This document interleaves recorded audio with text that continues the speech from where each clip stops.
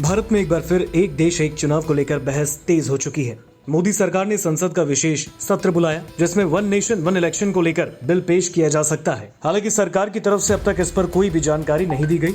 इन अटकलों के बीच विपक्षी दलों के रिएक्शन भी सामने आए हैं, जिनमें ज्यादातर नेता इसका विरोध कर रहे हैं। हालांकि भारत में पहले भी इसी फॉर्मूले के तहत चुनाव हो चुके हैं। आजादी के बाद होने वाले कुछ चुनावों में वन नेशन वन इलेक्शन वाली व्यवस्था से ही चुनाव कराए गए। 1947 में आजादी के बाद अगले करीब 20 सालों तक लोकसभा और विधानसभा चुनाव साथ कराए गए, लेकिन बदले राजनीतिक हालात में कई राज्यों की सियासत बदल गई और फिर ये परंपरा खत्म हो गई। भले ही वन नेशन वन इलेक्शन को लेकर अब बहस शुरू हो गई हो, लेकिन इसके फायदे और नुकसान गिनाए जा रहे हों। लेकिन अब इस व्यवस्था के तहत 4 बार पहले चुनाव हो चुके हैं। आजादी के बाद यानी 1947 के बाद 1952 में हुआ पहला चुनाव भी इसी व्यवस्था के तहत हुआ। इसके बाद 1957, 1962 और 1967 में भी लोकसभा और विधानसभा चुनाव एक साथ हुए।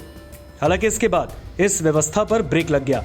कई राज्यों में सरकारें गिरने लगी और विधानसभा को भंग करना पड़ा, जिसके चलते एक साथ चुनाव कराने की ये व्यवस्था गड़बड़ा गई और बाद में राज्यों के चुनाव अलग होने लगे। हालांकि इसके बाद लॉ कमीशन की तरफ से साल 1990 में वन नेशन वन इलेक्शन का समर्थन किया गया।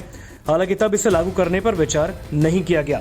मौजूदा वक्त की बात करें तो मोदी सरकार पिछले कई दिनों से इस मुद्दे को लेकर फ्रंट फुट पर है। खुद पीएम मोदी इसकी वकालत करते आए हैं, जिसमें लोकसभा चुनावों के साथ ही तमाम राज्यों के विधानसभा चुनाव भी कराने की व्यवस्था होगी, जिसके बाद अब सरकार संसद के विशेष सत्र में इसे लेकर बिल पेश कर सकती है। सरकार का तर्क है कि इससे करोड़ों रुपए और वक्त बच जाएगा।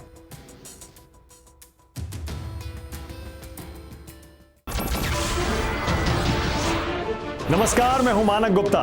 अगर आपको हमारा ये वीडियो पसंद आया हो तो इसे लाइक और शेयर जरूर करें और हाँ, हमें सब्सक्राइब और फॉलो करना ना भूलें ताकि आप देश और दुनिया की कोई खबर मिस ना करें। तो जुड़े रहिए हमारे साथ और देखते रहिए न्यूज़ 24।